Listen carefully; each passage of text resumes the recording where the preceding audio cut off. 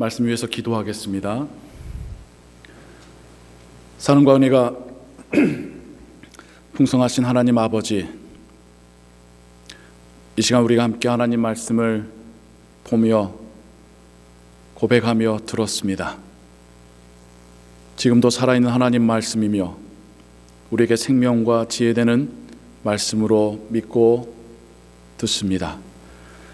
하나님, 계속해서 이 말씀의 의미를 함께 묵상해 갈 때에 성령 하나님께서 우리로 이 말씀의 의미를 깨닫게 하시고 깨달을 뿐만 아니라 순종할 수 있도록 도와주시옵소서. 예수 그리스도의 이름으로 기도하옵나이다. 아멘.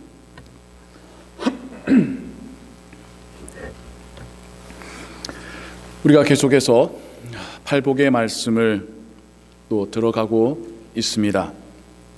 오늘은 그 6번째 예수님의 선언을 또 여러분들과 함께 읽었고 들었습니다. 계속해서 묵상해 가려 합니다. 마음이 청결한 자는 복이 있나니 저희가 하나님을 볼 것이며, 마음이 청결하다, 마음이 깨끗하다, 이런 자들에 대해서 복되도다 선언하신 주님의 말씀입니다. 여기서 깨끗하다라고 번역된 이 의미에 쓰여진 원어는 카타로스라고 하는 단어이죠. 쉽게 여러분들이 쉽게 예시를 드리자면 카타르시스라는 단어가 이 어근에서 온 단어입니다. 연극을 보고 나서 거기에 감정적으로 동화되어서 특별히 비극적인 그 상황들이 자신의 일처럼 느껴지고 진행되어지고 클라이막스와 또 종료되는 그 극을 보면서 함께 눈물을 흘리는, 감정으로 공조가 되어지고 함께 반응하여서 눈물을 흘리게 될 때에 감정적인 어떤 찌꺼기들이 씻겨 내려가는 경험들을 고대 그리스인들이 했었습니다. 그래서요, 예전에 그리스의 큰 도시들에는 원형 경기장 또 극장이 있었습니다. 그리고 큰 도시마다 요양소가 있었어요. 오늘날 우리가 알고 있는 병원의 어떤 원조격인 모습의 그런 요양원이 있었는데, 그리스인들은 어떻게 요양했냐면 이곳에 와서 마치 휴양 온 거죠. 모든 일을 내려놓고, 그러니까 그 당시부터도 스트레스가 얼마나 우리의 건강에 안 좋았는지를 알았던 겁니다. 모든 일을 내려놓고 맛있는 거 먹고 쉬고 목욕하고 저녁에는 연극 보면서 울고, 그럼 마음의 병이 치유되면서 몸의 병이 치유되는 것을 경험을 했었습니다.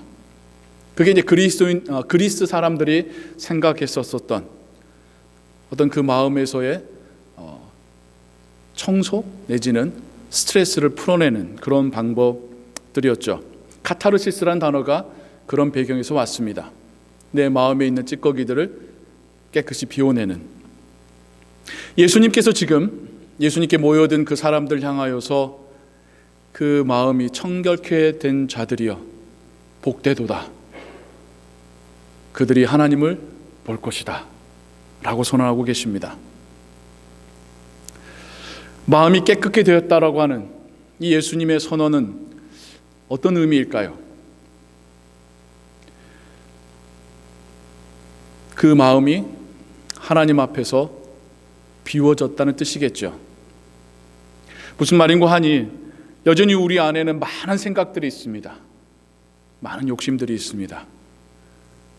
어느 순간 하나님이 들어오실 자리가, 하나님이 역사하실 자리가 너무나도 좁아져 버린 것이 우리의 모습이죠.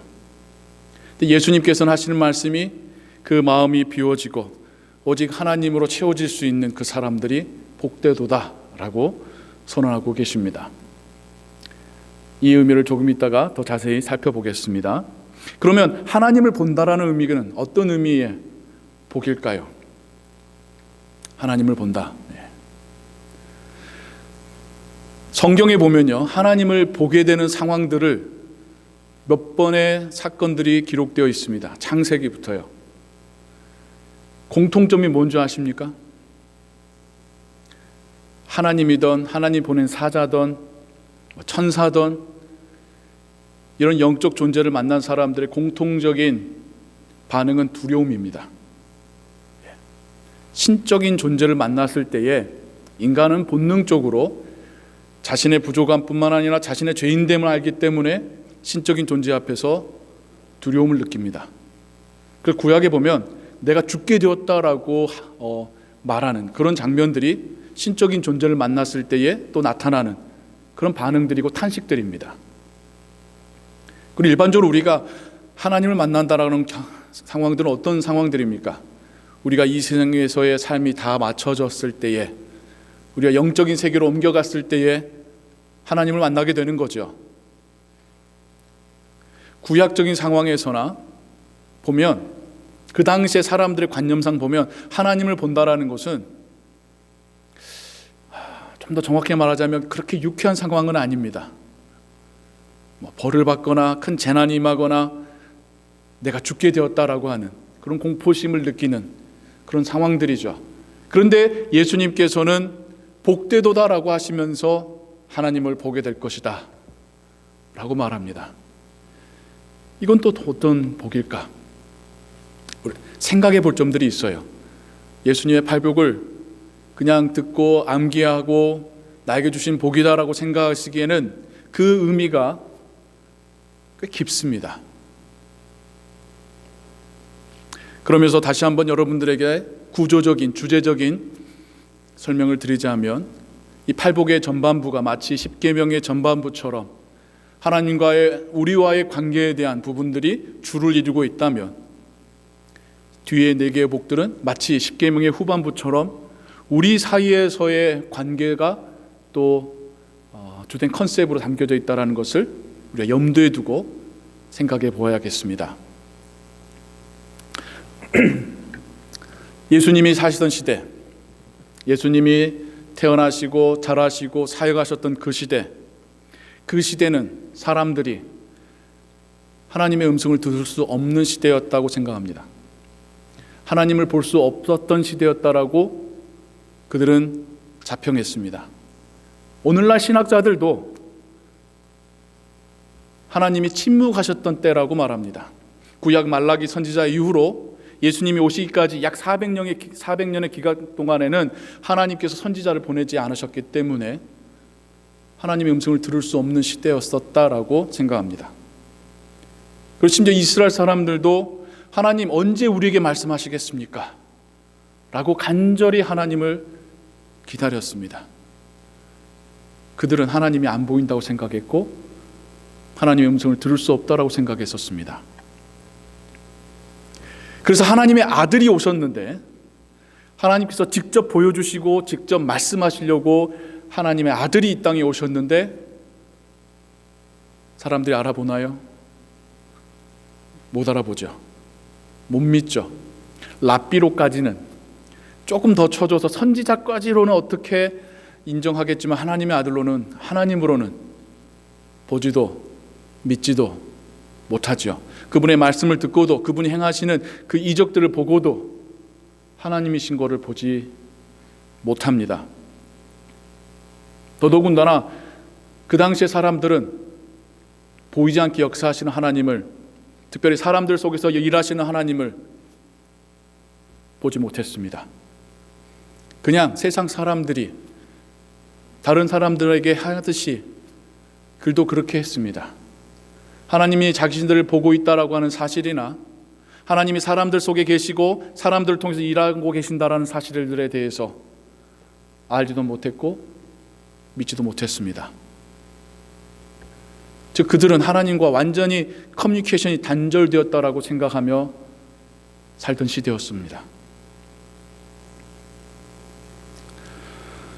오늘을 살고 있는 현대인들에게나 오늘날의 그리스도인들에게도 우리는 비슷한 모습을 보게 됩니다. 여러분 신앙생활 하시면서 그러한 생각들 들어보신 적 없으세요? 하나님이 좀 내 꿈에 나타나셔서 분명하게 말씀해 주셨으면, 하나님이 분명하게 보이고 분명하게 그 말씀이 들린다면 얼마나 갈등하지 않고 혼돈되지 않고 그냥 잘 살아갈 수 있을까? 우린 간혹 그런 생각들을 합니다. 또 하나님을 정말 안 믿는 그 사람 생각하면서 야, 하나님이 저 사람한테 좀 나타나셔서 보여주셨으면 모든 게 한 방에 해결되는 건데 내가 이렇게 힘들게 말하지 않아도 설득하려 하지 않아도 그 사람이 하나님 보고 믿을 텐데 왜 하나님은 잘 나타나지 않으시는 걸까? 은사주의 운동이 사람들에게 매력적인 이유가 여기에 있습니다. 때로는 말도 되지 않는 현상들을 통하여서 이게 하나님이 살아계신 증거라고 가르칠 때에 그렇게 사모하고 그렇게 답답해서 만나고 싶었던 하나님이 특정 현상으로 나타나신다라는 그 사실에 사람들이 열광하는 거죠. 그게 나에게 나타나는 나의 체험으로든 내 눈앞에 나타나는 그 광경으로든 내가 평소에 볼 수 없었던 초자연적인 현상을 보면서 이게 초자연적인 하나님의 임재의 증거라고 그렇게 생각하니까 은사주의 운동에 대하여서 많은 이들이 끌렸고 또 거기에 몰두하곤 하지요. 그러니까 은사주의 운동의 위험성이 양날의 칼처럼 여기에도 있는 겁니다. 하나님이 아닌 현상을 하나님처럼 착각하고 이젠 계속해서 하나님의 임재하심을 체험하고 싶어서 어거지로 체험을 하고 체험을 강요하고 나타나는 현상들을 하나님의 임재와 어거지로 결부시키는 해석들, 그래서 성경과는 하나님의 뜻과는 전혀 상관없는 현상들과 그에 대한 해석들이 난무하게 된 것이죠. 그리고 그 은사주의를 이끌어가는 리더들이 이제 하나님의 권위를, 하나님의 영광을 뒤에 짊어지고 그들이 하나님처럼 행세하는 그런 위험성들이 은사주의 운동에 있습니다. 그리고 종교적인 모습뿐만 아니라 여전히 우리 안에 많은 것들이 들어차 있어서 마치 돌밭에 가시떨기밭에 뿌려진 씨앗처럼 하나님 말씀이 우리 안에 뿌리를 내리지 못하고 있는 그런 모습들도 또한 있습니다. 예전 노래 중에 가시나무새라는 노래 여러분 아시지요? 내 안에 너무 많은 것들이 있어서 그분이 내 안에 들어올 공간이 없다라고 하는 노래. 오늘날 살아가는 우리들의 마음속에 참 많은 것들이 있습니다. 세상이 복잡해지니까 그 복잡해진 세상만큼이나 우리 안에 들어와 있는 것들이 참 많습니다. 이 세상에 대한 종욕과 또 욕심들과 허망한 꿈들이, 염려와 근심이, 나의 개인적인 자만과 고집들이 우리 안에서 하나님을 볼 수 없게 하고 있습니다. 그러한 것들이 우리에게 보여주는 이 세상은 온통 절망뿐이지요. 아무리 노력해도 난 될 수 없구나라고 하는. 근데 그 사고에는 하나님이 계시진 않은 채 나의 행복을 내가 어떻게든 찾아보려고 하는 많은 이들의 삶을 우리가 보고 있습니다. 심지어 그리스도인들마저도 내가 예수님을 믿고 천국은 가고 싶은데 이 세상을 살아갈 때에 삶에서는 예수님이 보이지 않는 많은 그리스도인들이 있습니다. 오늘날 우리도 하나님의 살아계심을 보기는 원하나 보지 못한 채 살아가는 많은 이들이 있지요. 예수님의 시대를 향해서나 지금의 오늘날의 우리의 시대를 향해서 주님께서 주시는 메시지를 우리가 듣기를 원합니다. 예수님께서는 본인이 하나님을 보여주시기 위하여서 이 땅에 오신 분입니다. 그분의 말씀을 통하여서 하나님을 보여주셨고 그분의 삶을 통하여서 그분이 행하시는 이적들을 통하여서도 그분이 하나님을 보여주고 계시다라는 것을 증명하셨습니다. 순서가 뒤바뀌면 안 돼요. 하나님께서 그분이 살아계심을 예수님을 통하여 보여주시기 위하여서 그분의 능력 가운데에 이적들이 일어난 것이지, 이적이 있어야지만 하나님 살아계시다라는 증거가 되는 건 아닙니다. 순서를 뒤바꾸지는 마세요. 하나님은 그 이적 말고도 예수님의 말씀을 통하여서, 특별히 예수님께서 속죄 제물의 어린 양이 되심으로 하나님의 살아계심과 우리를 향한 사랑과 그 약속의 성취를 우리에게 보여주셨습니다. 예수님께서 제자들에게 하늘나라 말씀을 가르치실 때에 종종 하셨던 말씀이 있어요. 들을 귀 있는 자는 들을지어다. 우리가 다 귀가 있잖아요. 다 귀가 있는데 왜 누구는 듣고 누구는 못 듣는 걸까요? 그 안에 많은 것들로 채워진 사람들은, 그 안에 이생에 대한 염려와 욕심으로, 자신의 자만으로 채워진 사람들은 예수님의 그 말씀을 듣고도 들을 수가 없었습니다.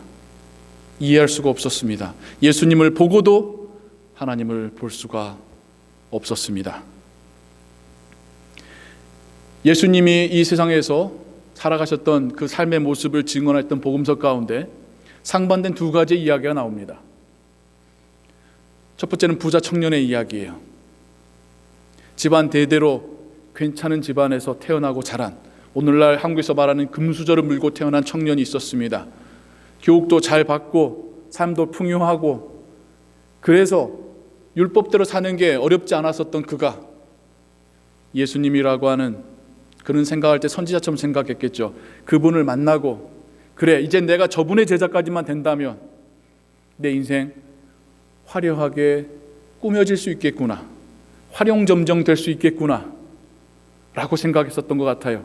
주님께로 찾아가서 나를 제자로 받아주십시오. 그 정도 스펙이면 제자로 안 받을 이유가 없는 그 청년에게 주님께서는 뭐라고 말씀하시죠? 네가 가진 것을 모두 팔아 가난한 자들에게 나눠주고 와라. 근데 이거를 오늘 말씀과 연결시켜서 재해석하자면, 네 속에 있는 것을 비우고 다시 와라. 그의 마음 가운데 있는 많은 것들을 주님은 보셨던 것입니다. 그것들 비워내는 한 가지의 방법으로 물질에서의 청빈을 말씀하셨던 것이죠. 그의 반응은 뭡니까? 고민이었죠. 지금 그 안에 있는 것들을, 그가 움켜쥐고 있는 것들을 놓을 수 없다라고 하는 고민이었습니다. 결국 주님을 따르는 제자가 되지는 못했습니다. 또 한 사람의 부자가 있습니다. 근데 이 사람은 믿는 자의 가정에 태어나서 그 당시에 사람들이 손가락질하던 로마 정부의 앞잡이가 되어서 가혹스럽게까지 사람들에게 세금을 징수해야 되던 세리였습니다.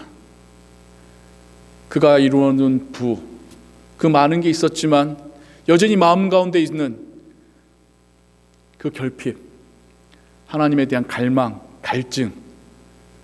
근데 예수님이 자신의 마을에 찾아오신다는 소식을 들은 거죠. 그분을 보고 싶었습니다. 만나고 싶었습니다. 그분과 함께한 하나님을 보고 싶었던 거겠죠. 뽕나무까지 올라가는 수치스러운 일을 감행하고 주님께서 자신의 집을 찾아오시겠다는 그 이야기에 기뻐하며 집으로 주님을 모시고 갑니다. 주님께서 선언하시고 가르쳐주신 하늘나라의 말씀을 듣고 그가 그동안 그의 마음속에 가득 차고 있었던 것들이 비워져 가는 것을 느낍니다. 더더욱 하나님의 나라의 것으로만 채우고 싶은 그 열망이 강해지고 그 식사자리가 끝나기 전에 주님 앞에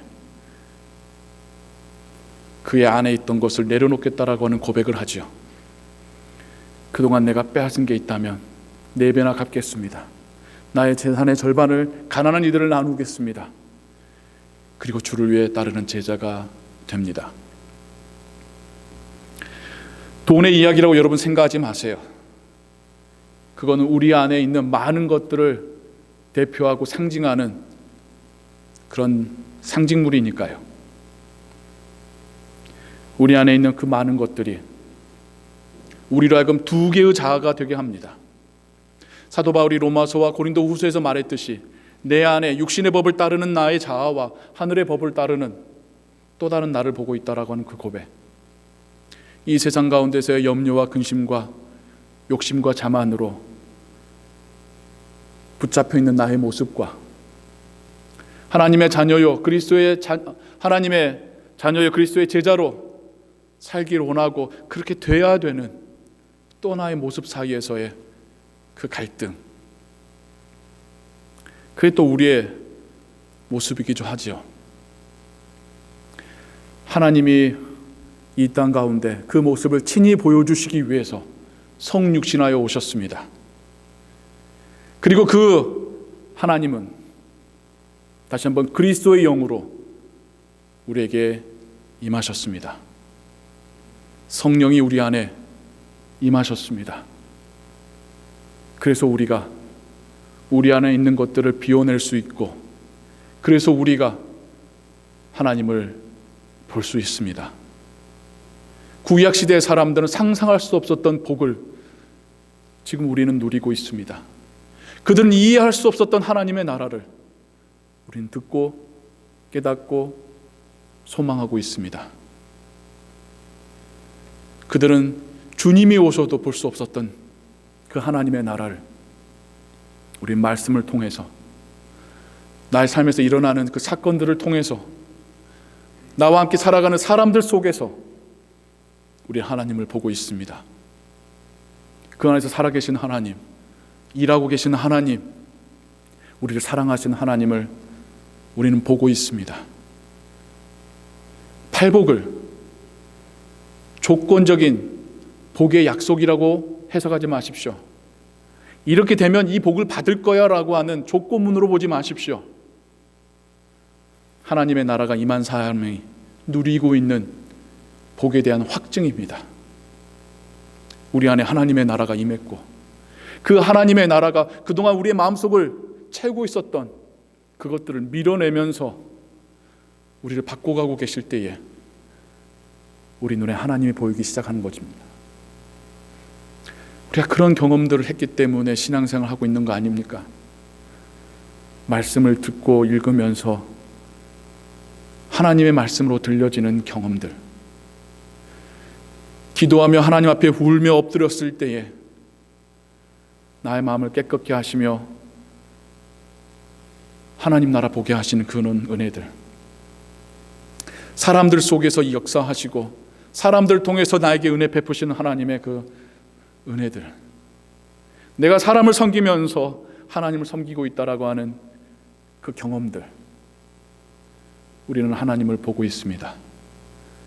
우리 하나님을 경험하고 있습니다.